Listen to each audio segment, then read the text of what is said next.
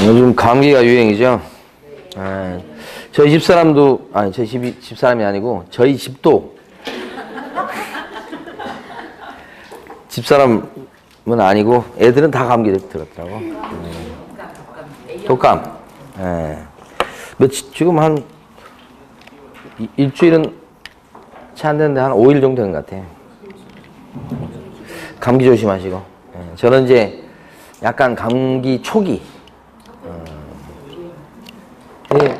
저번에 우리 둘째 놈이 한 5일 전에 저한테, 걔가 감기 초기일 때, 저한테 갑자기 다가오더니만, 저한테 막,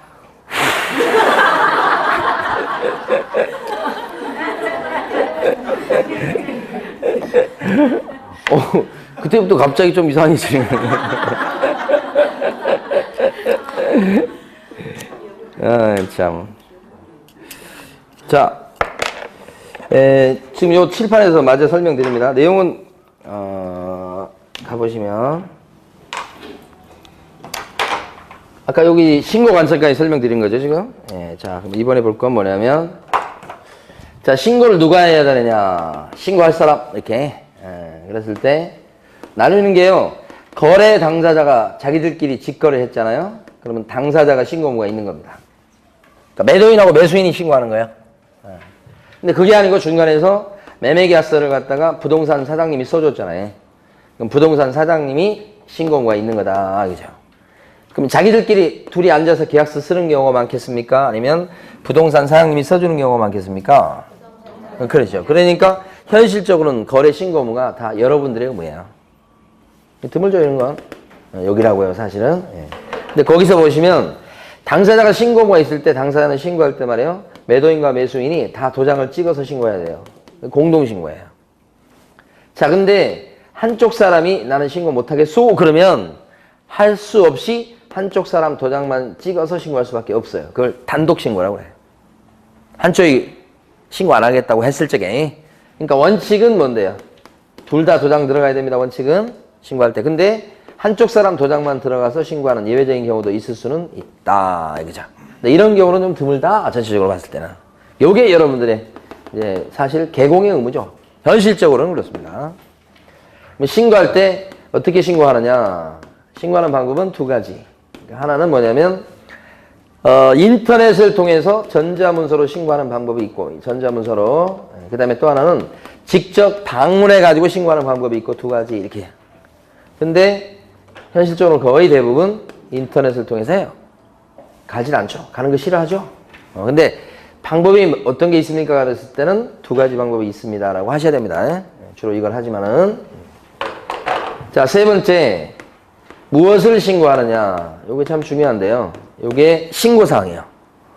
그러니까 법에서 신고하라고 되어 있는 게 신고사항이 총 7가지가 원칙적으로 있어요. 그런데 이제 두 가지가 추가되는 그런 경우도 있으니까 부동산 거래 신고사항은 7가지가 될 때가 있고 늘어서 9가지가 될 때가 있고 이렇게 두 가지가 있다는 거예요. 그래서 신고사항 7가지 또는 9가지는 좀 이따 해볼 건데 엄청 중요하죠. 교재 보면서 할 거예요. 근데 신고사항 중에서 상식적으로 제일 중요한 건 뭐냐? 신고사항 중에 핵심은 실거래가죠. 실제 거래된 가격을 신고하십시오. 그럼 그거에 대해서 뭐예요? 따져보겠다는 거죠. 자, 그래서 신고서가 있어요. 신고하면 여기서는 이제 내용을 뭐 신고서에 적힐 내용이 빠졌는가 이런 것들을 갖다 조사합니다. 조사. 관청에서. 그러니까 빠진 게 있을 때는 요거 적으라고 그러고요. 없을 때는 그냥 일단 받아줍니다. 그래서 필증을 내주는데 여기서 주의할 점은 신고 필증을 신고 관청에서는 따져보고 나서 검증하고 나서 신고 필증을 주는 게 아닙니다. 법적으로는. 그냥 신고사항으로 되어 있는 게 적혀 있는가만 보고 일단 신고 필증을 바로 줘요. 바로. 이걸 지체 없이 교부한다고 그래요. 그리고 등기 내도록 합니다. 근데 등기 내는 것과는 별도로 뭐 한다고요? 검증. 이 검증 누가 하지요? 시장, 군수, 구청장이 검증하는 거예요. 신고받은 데서 검증하는 거예요. 거기를 다른 말로 뭐라고 불러요? 신고관청이라 부르죠. 거기서 검증해서 결과를 갖다가 세무서로 보내줍니다. 실제하고 좀 맞지 않는 것 같다. 그죠? 그렇게 하면 통보를 하게 돼요. 그런데 중요한 것은 이게 지금 시장에서 거래된 그 금액하고 이게 신고 들어온 금액이 차이가 많이 난다. 그걸 어떻게 알죠? 그게 지금 문제예요. 그래서 이때는 비교 대상이 있어요. 이 사람이 공부 잘하는지 못하는지는 혼자만 가지고 공부 잘하는지 못하는지는 판단하기 쉽지 않아요. 근데 누구하고 비교하죠. 그래서 같은 아파트 단지에 신고 들어온, 그죠? 최근 그 금액하고 비교해가지고 차이가 많이 나면, 이상하다. 그렇게 되는 거예요. 그래서 요걸 뭐라고 그러냐면, 검증하는 체계다. 그렇게 해요.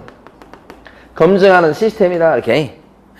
실제로 검증하는 시스템, 요것은 이제 한국감정원 그런 데서 만들고 막 그래요. 근데 이제 한국감정원이 만드는데 법상은 이제 누구한테 맡겨놨냐면 국장한테 맡겨놨어요.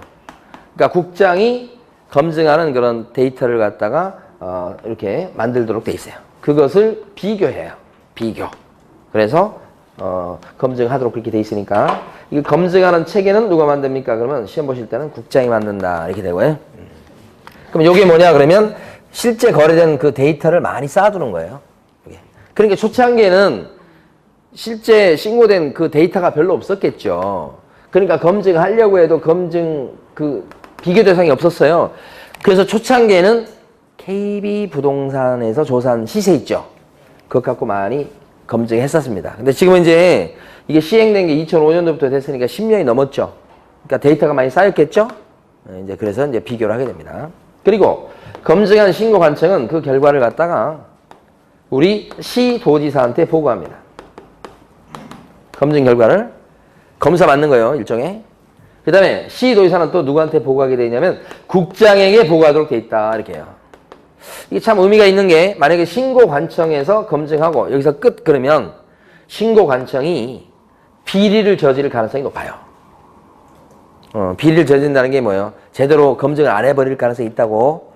실제 옛날에 그랬어요, 초창기에. 그래서 신고 들어온 거에 대해서 그냥 눈을 감아줘. 좀 허위 신고 같지만 뭐예요? 제대로 검증 안 하고 그냥 통과 이래버리니까 그게 한번 크게 보도가 됐어요. 언론에. 그래가지고 그때부터 다시 옥죄기 시작해가지고 그 뒤부터는 국장이 특히 잘 따져봅니다. 그러니까 보고 들어오죠. 국장 입장에서 봤을 때 여기 잘못 지금 검증했다고 판단되죠. 여기서 따져보니까 또 그럼 어떻게 해요? 재검증 명령을 내립니다. 법에는 나와 있지 않아요. 나와 있지 않은데 실제는 그렇게 합니다. 그러니까 여기까지 통과가 돼야지만 오케이가 되는 거예요. 여기 가지고는 끝이 아니고 보고 이렇게. 그리고 국장은 이제 법에 나오지 않지만 재검증 명령을 내려서 검증하도록 해요. 그리고 허위 신고 들어온 거에 대해서는 이제 매달 과태료 매긴 통계를 뽑습니다. 잘못 신고 들어왔죠? 신고 안 했죠? 그럼 과태료가 얼마씩 부과됐다고 하는 통계도 잡혀요. 매달. 엄격하게 합니다. 그리고 또 데이터를 또 쌓아놓죠. 가지고. 그래서 검증하는 시스템이 이 자료가 많이 쌓이면 쌓일수록 더 정밀하게 검증할 수 있겠죠? 돌고 도는 거예요. 이렇게. 요게 실거래가 신고 제도요. 큰 틀이에요. 여기서 두 문제. 자, 교재를 갖다 보면서 조금 정리를 해보도록 합니다. 239페이지부터. 자, 239페이지 보시면 위에 파란 박스가 있고요. 그 파란 박스 보시면 1번이 부동산에 대한 뭐죠? 매매계약. 여기서 얘기한 부동산은 토지 건물 얘기합니다. 그 다음에 2번은요. 2번에 보면 뭐 앞에 뭐 나왔는데 필요 없고요. 대통령령으로 정하는 법률에 따른 부동산에 대한 뭐요? 공급계약입니다. 이렇게 됐죠. 그러니까 2번에서는 중요한 게 뭐예요? 공급계약이다. 분양계약 얘기합니다. 그러니까 밑에 나와 있는 반가로 1번부터 반가로 7번까지 이 법에 근거해서 분양계약을 체결했을 때 그때가 실거래가 신고하는 겁니다. 근데 3번은요. 3번에 가 위주로 보시면 돼요. 가가 뭐라고 되어 있냐면 제2호에 따른 계약을 통해서 2호에 따른 계약이 공급계약입니다. 공급계약을 체결해가지고 부동산을 공급받는 자로 선정된 지위라고 되어 있잖아요. 그 지위에 대해서 어떻게 해요? 매매계약을 체결하는 거예요. 공급계약을 체결했죠. 공급계약을 체결하면 그러니까 2번은 뭐냐면 공급계약을 체결했어요.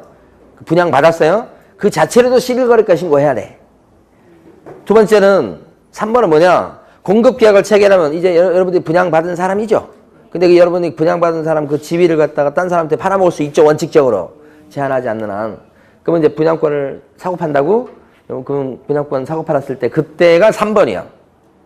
지위에 대한 뭐라고요? 매매계약. 그때도 실거래가 신고해야 되죠. 그러니까 여러분이 LH공사에서 분양하는 아파트 분양권을 공사가 분양하는 아파트를 갖다 분양받아서 공급계약을 체결했을 때도 실거래가 신고를 하는 거고, 그렇죠? 그때는 여기가 없겠네. 분양받았으니까 그럴 가능성이 높고. 그 다음에 두 번째는 분양받은 그걸 갖다 이번에는 또 중개업소를 통해서 팔아먹었다 그러면 이게 3번인데 그랬을 때도 실거래가 신고해야 되죠? 그럴 때는 누가 신고해야 될까? 팔아준 개공이 하는 거고. 그 구조예요. 그러니까 2번, 3번이 요겁니다. 요거에 대해서 2번, 3번이 존재하는 거예요. 공급계약, 지위에 대한 매매계약 이렇게. 요거 1번이죠. 위에 거? 부동산 매매계약은 1번이죠? 네, 그렇게. 가장 기초적이면서 중요한 거 한 겁니다. 지금. 자, 넘어가 있어서 다음 페이지 제일 위에 첫 줄.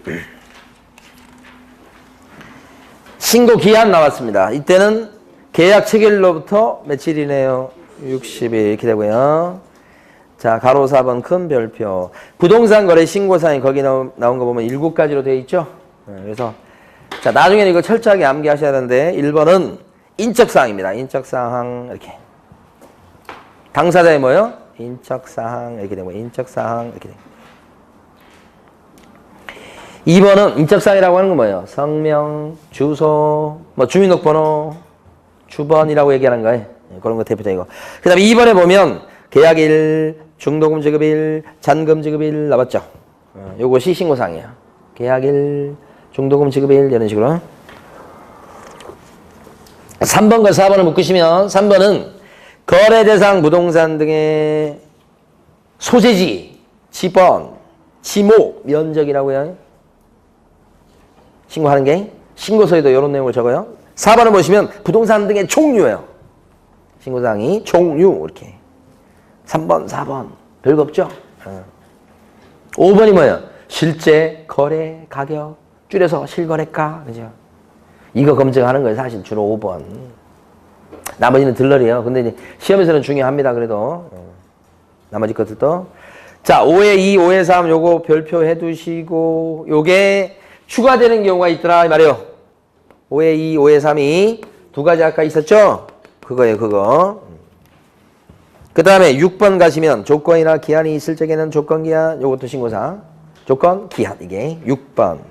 7번이 뭐냐 그러면 개업 공인중개사가 계약서를 작성 교부했을 때는 그 개업 공인중개사의 인적사항이나 개업 공인중개사의 상호, 전화번호 이런 것이 신고사항이 들어가. 7번요. 뭐 7번은 일단 별표를 좀 해두시는데 아니 개업 공인중개사의 인적사항이나 또는 개업 공인중개사의 상호는 언제나 신고사항이 되는 거 아니죠? 어떤 경우에 신고사항이 됩니까? 개업 공인중개사가 매매계약서를 작성해 주어가지고 개업 공인중개사가 부동산 거래 신고 의무가 있을 적에나 7번이 신고사항이 되는 것이죠. 만약에 당사자가 직거래했다 그러면 여기 신고사항 중에 7번은 신고사항이 되지 않지요. 그래서 7번이 시험에서는 함정이에요. 두고두고 공부할 거예요. 7번은 어느 때 신고사항이 되는 거라고요? 개공이 계약서를 작성해 주었을 때, 소개시켜 주었을 때 그때만 신고사항이 된다는 거예요. 7번. 그러니까 핵심적인 것은 요 7번이 핵심이고 아까 5에 2, 5에 3 이게 핵심이에요. 그럼 5에 2, 5에 3은 뭐냐?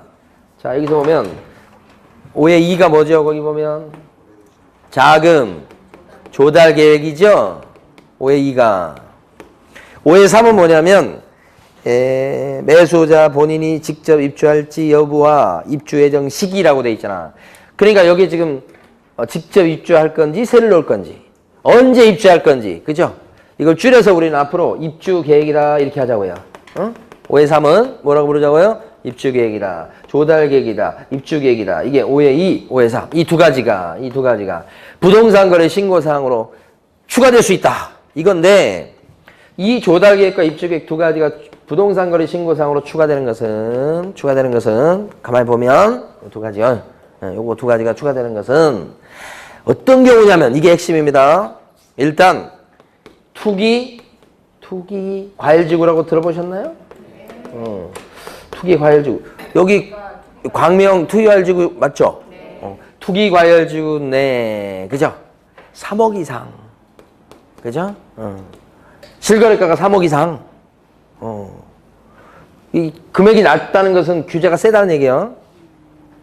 3억 이상이니까 한 6억 이상 해도 될 건데 3억 이상 이렇게 한 거잖아 지금. 여기 32평 아파트 얼마 정도 가요? 그렇잖아요. 그럼 다 들어간다는 얘기예요 지금. 3억 이상 뭐예요?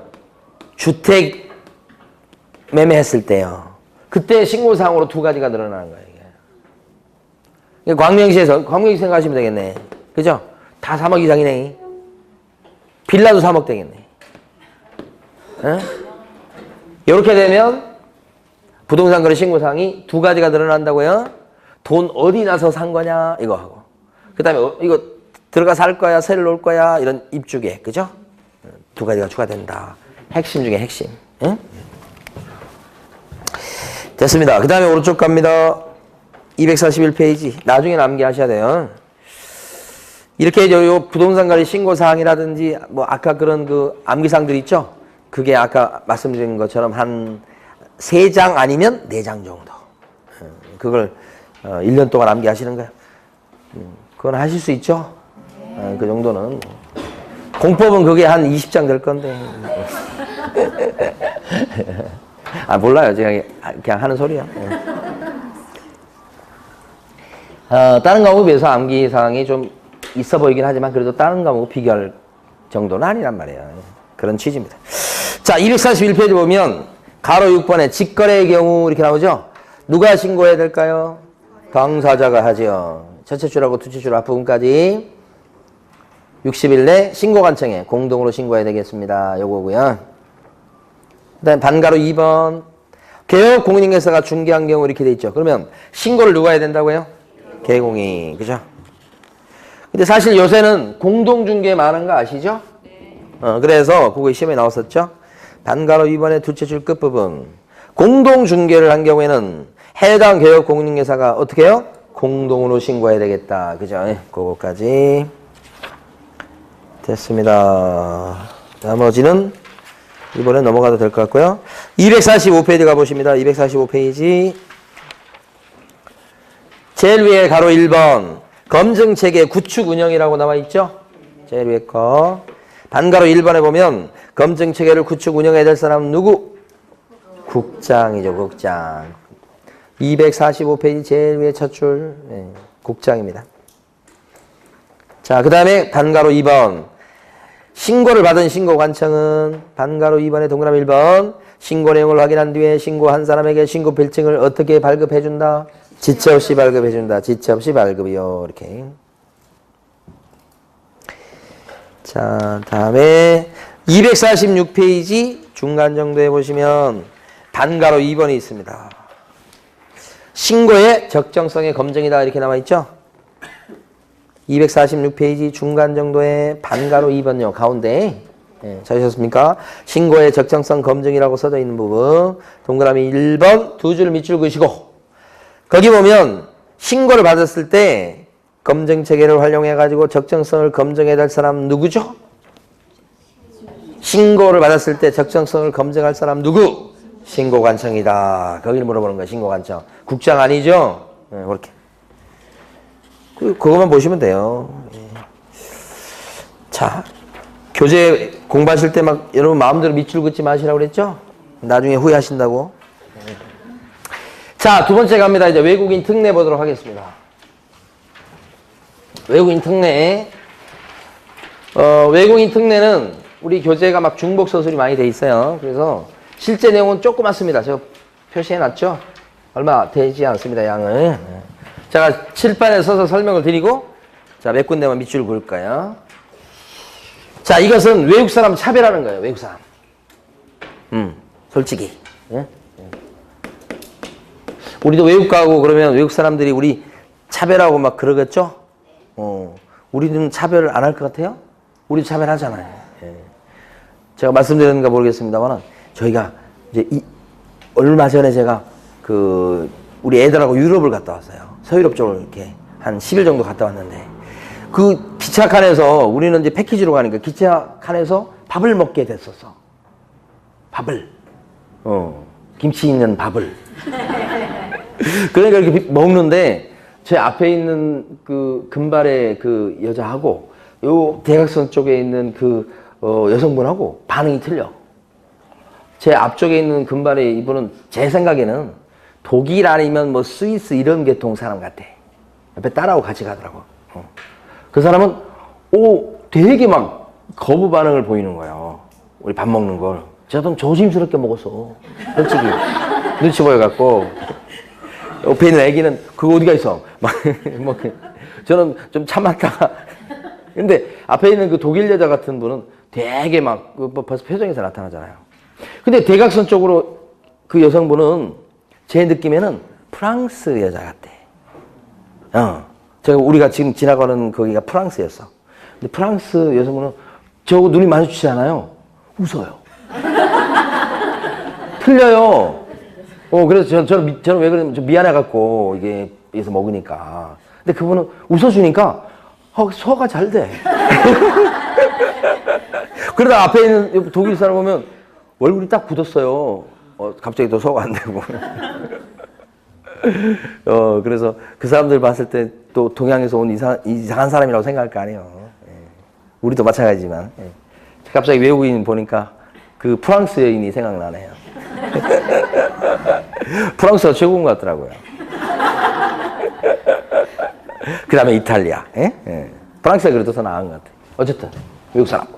외국 사람 차별하는 건데 자 외국인 등이 그 다음에 국내에 있는 부동산 등에 대해서 등자가 자꾸 붙죠. 예, 법에서 소유권을 취득할 때 요때 규제하는 법이야. 요 세 가지 요건을 몽땅 갖추었을 때 규제하는 법, 차별하는 법. 이게 외국인 특례예요. 근데 규제하는 걸 가만히 보면 허가받아, 이게 허가받으시오. 요게 좀 일부 있고 그 다음에 신고해. 요게 대부분이고 그래요. 이게 외국인 특례예요. 이랬을 때 요렇게 규제하겠다 이거예요. 그럼 이제 여기도 시험이 잘 나와요. 여기도. 자, 외국인 등 그러면 이거 누구냐? 외국 사람 얘기하는 거예요, 당연히. 그러니까 여기는 외국 사람도 들어가고요. 그 다음에 외국 회사도 들어가요. 외국 법인 있죠, 법인. 회사 들어가고요. 외국 단체 여기도 들어가요.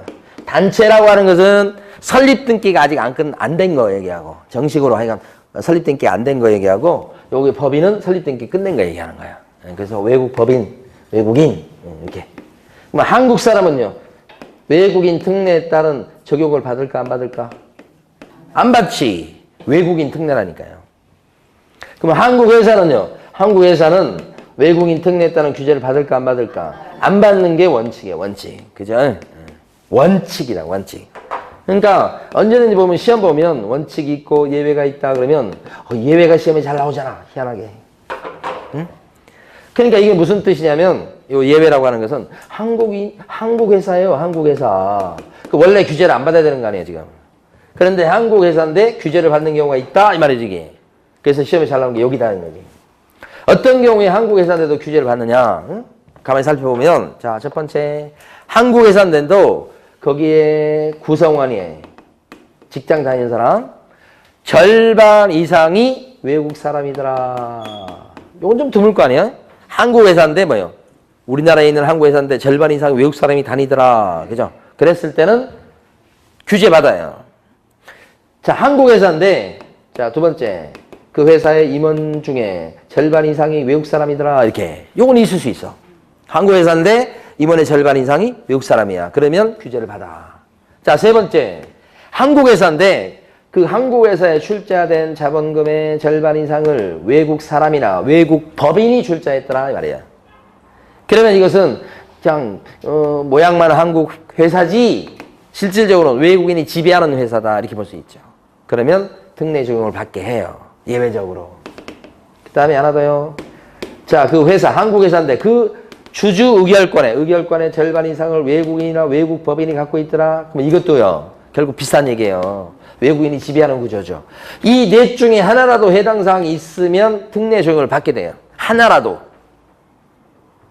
다 갖춰야 되는 게 아니고. 그래서 이걸 자주 물어봐요. 숫자 중요하겠죠? 그러면 이해를 해보시면 만약에 한국 회사야. 그런데 그중에 임원 중에 절반은 한국 사람, 절반은 미국 사람이에요. 외국인 특례 적용을 받을까 안 받을까?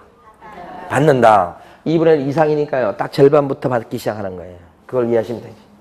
중요한 거였어요. 그 다음에 여기서 얘기한 부동산 등이라고 하는 것은 아까 봤던 실거래가 신고 제도에서 얘기했던 부동산 등과 똑같아. 그러니까 이 부동산 등은 진짜 부동산하고 곧 부동산이 될 권리하고 이렇게 나눈다고 그랬죠. 이 진짜 부동산은 토지 건물, 요거 권리라고 하는 것은 아파트 분양권, 조합원 입주권. 이 권리를 다른 측면에서 분류하면 공급계약 또는 지위 이렇게 되는 거야. 각도가 틀리죠. 보는 측면이 틀린 거. 아파트 분양권, 조합원 입주권 이렇게 돼요. 첫 번째 계약인 공급계약. 그것도 실거래가 신고. 그죠? 아까. 그 다음에 지위일 때도 하고. 이런 거요. 여기도 똑같아. 예. 자, 그 다음에 소유권 취득. 사실 이쪽 부분도 이제 나중에 공부하시다 보면 이게 이제 과거 외국인 특례보다 달라진 점이 여기거든요, 사실은. 그러니까 이것도 잘 알아두시는 게 맞습니다. 자, 그런데 여기가 또 중요해. 소유권을 취득하잖아요, 지금 소유권. 소유권 취득이니까 외국 사람이 자, 임차권을 취득합니다. 건물에 대해서 임차권을 취득합니다. 규제 안 받습니다. 이 정도 갖고는 외국 사람이 땅에 대해서 지상권을 취득합니다. 타치 안 합니다, 이거는. 이 정도 갖고는. 외국 사람이 저당권을 설정해서 돈 빌려주고 막 그랬습니다. 안 받습니다, 규제. 어떤 거에 대해서 규제합니까? 소유권. 요거 중요하죠. 소유권. 이거 하나만. 그리고 그것도 뭐만요? 취득일 때 규제합니다. 취득일 때. 예? 이게 더 중요합니다. 취득이란 말이. 그러니까 외국 사람이 땅을 갖고 있었는데 팔아먹어요. 규제 안 받습니다.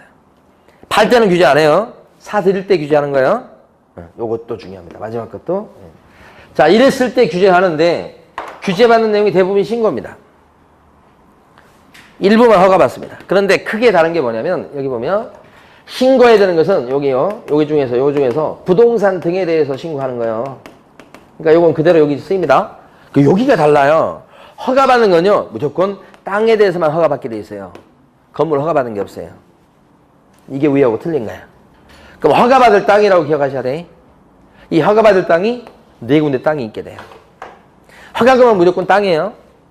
저 밑에 토지거래 허가도 땅이에요. 외국인 특례에서 허가받는 것도 땅이에요.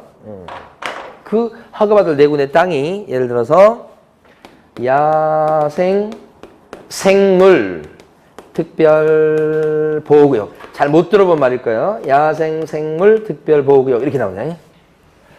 요게 대표적으로 지리산에 보면 반달곰 풀어놨죠? 그러면 그거 보호해줘야 되잖아. 지리산, 한라산 뭐 이런 일부 지역입니다. 그러니까 정치로 봤을 때는 잘 없어요. 그 다음에 두 번째가 생태경관 보존지역이다 이런 게 있어요. 생태경관 보존지역이다 이렇게.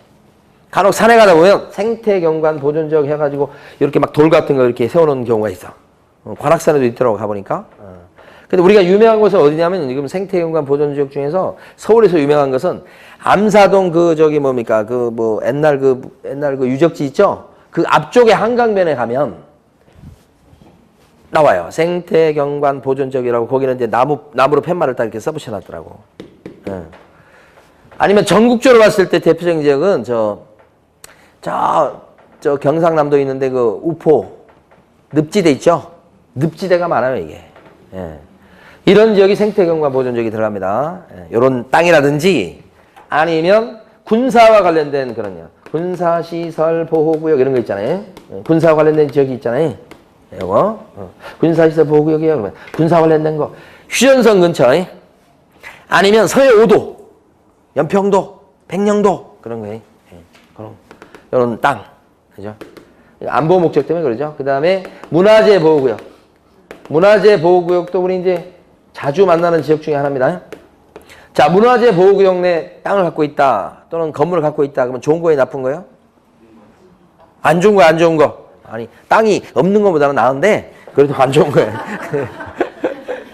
여기가 지금 가만히 보세요. 이런 땅이 좋은 땅이야? 아, 안 좋은, 아이고. 안 좋은 땅이요. 안 좋은 땅이야, 안 좋은 땅. 아까워 죽겠네. 예. 이런 네 군데 땅에 들어가면 어떻게 하느냐? 사전에 시장군수구청장, 이 땅에 있는 시장군수구청장한테 허가 신청을 넣어가지고, 그 다음에 허가를 받고, 그 다음에 계약서를 쓰게 돼 있다, 이 말이야. 사전에 허가를 받는 거예요. 누구요? 시장군수구청장. 요 땅 소재지 관할 시장군수구청장한테 허가 받는 거예요. 거기 시장군수구청장한테 허가 받는 거예요. 땅 소재지요. 그러니까 허가 신청을 집어넣으면 심사를 딱 해서 외국 사람이 이런 땅을 취득해도 괜찮겠는가? 괜찮다 싶으면 허가. 안 괜찮다 싶으면 불허가예요. 심사 기간이 며칠이냐면 15일. 근데 현실적으로 대부분 허가 나와요. 그래서 그렇게 어려운 건 아니다 이거는. 그런 얘기죠. 그럼 허가 나오면 그리고 나서 계약서를 써야 되죠. 이렇게. 핵심은 뭐냐? 만약에 이런 땅인데도 불구하고 외국인이 취득할 때 이런 땅임에도 불구하고 허가도 안 받고 계약을 체결하고 계약서 썼죠? 여러분이 이런 땅인데도 불구하고 그냥 계약서를 바로 써버려서 허가 없이 그러면 어떻게 돼요? 계약 자체가 효력이 없어요. 그러면서 형사처벌이요. 누가 처벌받아요? 아니요. 개공이 처벌받질 않아. 외국 사람이 처벌받아요. 응? 여러분, 그러니까 이게 왜 여러분들 중개 시험에 나오면서 여기 파트에서 나오면서 시험을 내는 거냐면 여러분들이 알고 있어야 될 지식이라는 얘기예요. 이게. 외국 사람은요. 이거 알 수 있을까요? 우리나라 글도 못 읽을 수 있는데 지금. 그러니까 여러분이 알고서 이 제도가 있기 때문에 혹시 이런 지역인지를 파악을 해가지고 그때는 허가받고 계약서 써야 된다고. 그렇죠? 그렇게 여러분들이 안내를 해주셔야 돼요. 만약에 그게 허가 없이 계약 체결했다가는 형사처벌이에요. 형사처벌. 되게 센 거예요. 계약도 어떻게 돼요? 무효가 된 거예요. 되게 센 거예요. 이거. 여기 노란 거 중요하겠죠. 이런 네 군데 땅 빼고는 다 신고하면 돼 나중에. 그러니까 요 신고는 어떻게 되는 거냐? 신고는 일단 취득을 먼저 해. 소유권 취득이겠죠. 그리고 나서 나중에 뭐예요? 시장군수구청장한테서 신고하면 돼요. 다만 여기서 이제 취득 원인이 뭐냐에 따라서 신고하는 그 기간이 틀리죠. 만약에 저런 부동산 등의 소유권을 취득하는 계약이 요거일 때요. 계약일 때. 취득하는 원인이 계약일 때. 매매. 교환. 증여. 아까 실거래가 신고할 때는요. 실거래가 신고할 때는 어땠어요? 매매만 거였죠. 근데 여기는 매매만 얘기하는 거 아니에요. 지금 보면 요 계약이라고 하는 것은 자 매매, 그 다음에 교환, 그 다음에 또요 증여도 계약이에요. 소유권 취득하는 계약이에요. 전부 다. 공급계약도 소유권 취득하는 계약이죠. 아까 공급계약 나왔었잖아요. 이랬을 때 신고하는데 이때는 계약을 원인으로 했을 때는 60일 이내에 신고하도록 돼 있어. 이걸 60일 이내에 취득 신고한다고 그래요. 근데 언제부터 60일인가? 이거 잘 물어보죠. 계약서 쓴 날부터 60일이에요. 이렇게. 그런데 부동산 등의 소유권을 취득하는 원인이 계약 말고 경매나 상속 같은 게 있을 수 있어. 그걸 뭉뚱그려서 계약 외 원인이라 그렇게 해요. 상속, 재판 이런 것 때문에 이게 됐을 때는 6개월 이내 취득 신고. 근데 이때는 언제부터 6개월이냐면 소유권을 취득한 취득일로부터 6개월이에요. 취득일로부터 6개월 이렇게 되는 거지. 요 두 개가 중요한 거야. 구별하고. 그 다음에 국적이 변경되는 경우가 있어. 국적이 바뀌어요. 이런 경우는 국적 변경이면 이때는 6개월 내에 신고하는 거예요. 전부 다 신고해요. 근데 이때는 언제부터 6개월이냐? 국적이 바뀐 날. 이건 제일 쉬워요. 국적이 바뀌었죠. 이게 무슨 얘기냐면 한국 사람이었는데 이 한국 사람, 이 사람이 부동산 등을 갖고 있었어. 근데 이번에는 어떻게? 그걸 팔거나 사거나 그런 게 아니고 자기 국적이 미국 국적이나 러시아 국적으로 바뀌어버린 거야. 그럼 우리나라 입장에서 보면 외국인 등이 보유하는 부동산의 양이 늘어나잖아. 그래서 통계를 잡을 필요가 있잖아. 정책 세우는데 참고해야 되니까. 그래서 통계 잡으려고 신고하도록 하는 거야. 이 신고는요. 통계 뽑는 게 목적이에요. 여기는 틀려요. 외국 사람이 취득해도 문제 없겠는가를 따져보고 해주는 거지만 여기는 뭐예요? 다 받아. 그래서 통계 내는 거예요. 그래서 이때는 국적이 바뀐 때부터 6개월 내 신고 이렇게 되죠. 이렇게 해요. 근데 어디에다 신고하느냐? 시장군수구청장이에요. 기준이 뭐예요? 부동산 등 소재지. 거기를 신고관청이라고 불러요. 여기서도. 아까 실거래가 신고제도도 신고관청에 신고했었죠? 여기도 신고관청에 신고하는 거야. 근데 요상한 것은 이런 지역일 때는 어디 가서 허가받죠? 허가관청이라고 안 하고 부동산 등 소재지 관할 시장군수구청장을 여전히 신고관청이라고 불러요. 여기서. 말이 좀 이상하죠? 허가대상 땅이에요. 허가 신청을 해요. 어디에다가? 신고관청에다가 신청하는 거예요. 신고관청은 어디를 얘기하는 거예요?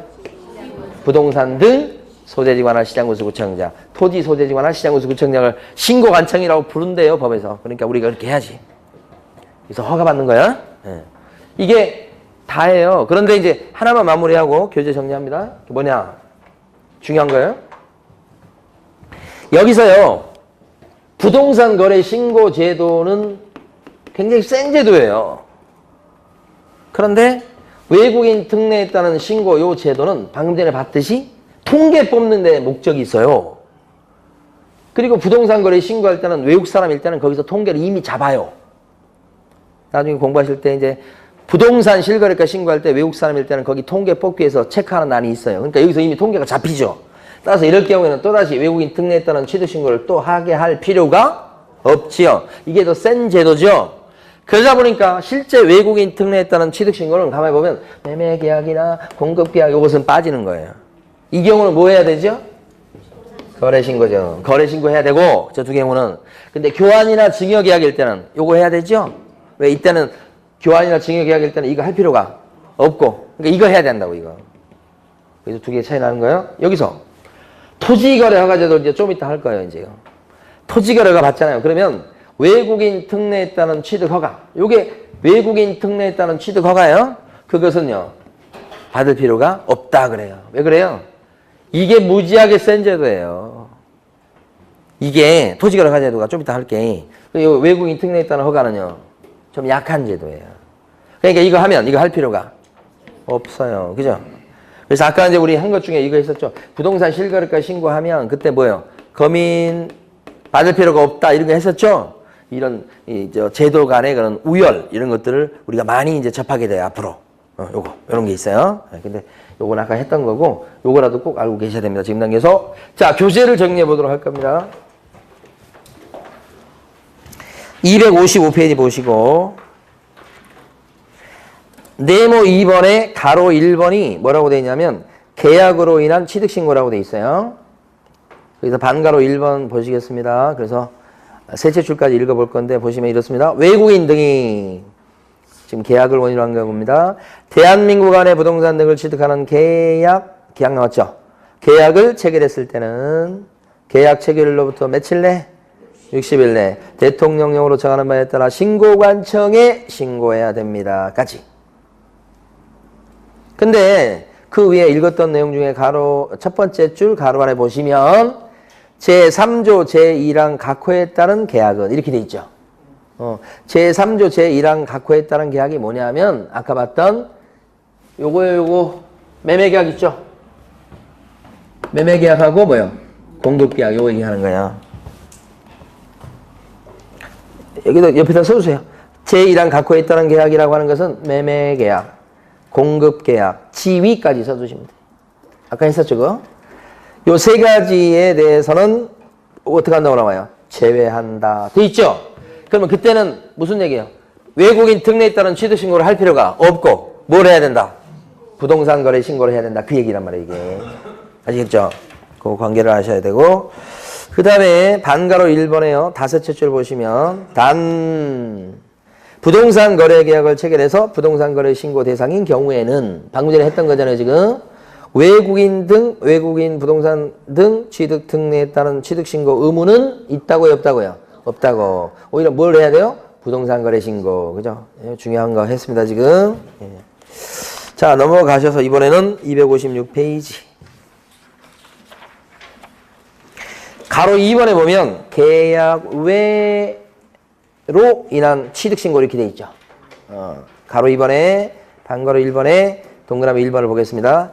외국인 등이 상속이나 경매나 그 밖에 대통령령으로 정하는 계약 외 원인으로 대한민국 안에 부동산 등을 취득한 때는 부동산 등을 어떻게 취득한 날부터 6개월 내 대통령령으로 정하는 바에 따라 친고관청에 신고해야 되겠다. 그랬죠. 6개월입니다. 언제부터 6개월인가요? 취득한 날부터. 그 시험 잘 물어봅니다. 취득일로부터 6개월입니다. 자, 이제 하나 더 봅니다. 257페이지. 가로 3번. 국적 변경으로 인한 계속 보유 신고예요. 가로 3번. 거기에 반가로 1번의 첫 줄부터 셋째 줄까지 읽어볼 것입니다. 대한민국 안에 부동산 등을 가지고 있는 대한민국 국민이나 대한민국 법령에 따라 설립된 법인 또는 단체가 한국 회사여 외국인 등으로 변경되었을 경우는 그 변경된 외국인 등이 해당 부동산을 계속 보유하려고 하는 경우에 있어서는 외국인 등으로 변경된 날부터 언제까지 6개월 내 대통령령으로 정하는 바에 따라 신고관청에 뭐예요? 신고해야 되겠다. 그죠? 요거에. 자, 또 넘어갑니다. 이번에는 259페이지 갑니다. 거기 네모 1번에요. 박스 밑에요. 259페이지. 네모 1번. 제목 찾으셨죠? 가로 1번이 나옵니다. 허가대상 토지라고 써져 있죠? 그 반가로 1번의 네 줄을 읽어볼 것입니다. 자, 외국인 등이 취득하려는 토지가 다음 각호 어느 하나에 해당하는 구역이나 지역 등에 있으면 토지를 취득하는 계약을 체결하기 전에 다음 밑에 있는 구역이나 지역 등에 들어가는 땅이라고 한다면 계약서 쓰기 전에 대통령령으로 정하는 바에 따라서 신고관청으로부터 토지 취득 허가를 받아야 되겠다. 허가 대상 땅이 밑에 네 군데가 있다는 얘기죠. 그런데 거기 뒤에 읽어보려고 하죠. 다만 11조에 따라 토지거래 계약, 거래 계약에 관한 허가를 받은 경우는 이게 뭐예요? 토지거래 허가입니다. 지금 토지거래 허가를 받았을 때는 외국인 등록에 따른 취득 허가는 필요가 없다. 그 얘기 한 거잖아요. 지금. 예. 자, 그래서 밑에 박스, 파란 박스 별표하시고 허가 대상 지역 네 군데 땅 기억하셔야 됩니다. 그래서 1번에서는 군사 어쩌고저쩌고 나옵니다. 군사예라는 얘기가 군사란 글자가 나와야 되고요. 2번 같은 경우는 문화 얘기가 나옵니다. 문화재 보호구역 등 문화. 3번에서는 뭐가 나와요? 생태경관, 이런 얘기가 나옵니다. 생태경관, 4번에서는 뭐가 나와요? 야생생물, 뭐 이런 나와요. 야생생물, 그죠? 3번, 4번 비슷해 보여요, 사실은? 네, 3번, 4번, 이렇게. 요 네 군데 땅은 사전허가, 그죠? 요때, 자, 260페이지 갑니다. 가로 3번에 반가로 2번요. 자, 찾아보시고, 가로 3번요. 신고관청에 확인 등이라고 남아있죠? 거기에 반가로 2번 보면, 토지 취득허가 신청을 받은 신고관청은 신청을 받은 때부터 며칠 이내? 15일 내 허가 또는 불허가 처분을 해줘야 된다. 심사기간 15일. 자, 그런데 반가로 3번 보시면, 신고관청은 관계행정기관의 장과 협의를 거쳐서 외국인 등이 제1항 각호 어느 하나에 해당하는 구역이나 지역 등의 토지를 취득하는 것이 아까 야생생물 뭐 특별보호구역 그런 거요. 생태경관 보호구역 이런 거 얘기합니다. 그 토지를 취득하는 것이 해당 구역이나 지역 등의 지정 목적 달성에 하등의 지장을 주지 아니한다고 인정했을 경우에는 어떻게 해야 돼? 허가를 내주어라 그런 거지. 자, 오른쪽 페이지 갑니다. 네, 뭐 2번 무허가 계약 이렇게 나온 거 있죠. 거기 보면 가로 1번요. 허가 대상 지역임에도 불구하고 허가를 받지 않고 체결한 토지 취득 계약은 어떻게 돼버려요? 무효가 됩니다. 효력이 발생치 않죠. 거기서 끝나지 않고요. 가로 2번 만약에 허가를 받지 않고 토지 취득 계약을 체결하거나 부정한 방법으로 허가를 받아 토지 취득 계약을 체결한 외국인 등은 어떻게 처벌받아요? 2년 이하의 적이나 2천만 원 이하의 벌금으로 처벌을 받겠죠? 예, 무섭습니다. 예. 이렇게 처벌받은 사람 있을까요? 못 들어봤습니다. 아직까지. 예. 자, 쉬었다가 토지거래 허가제도 하겠습니다.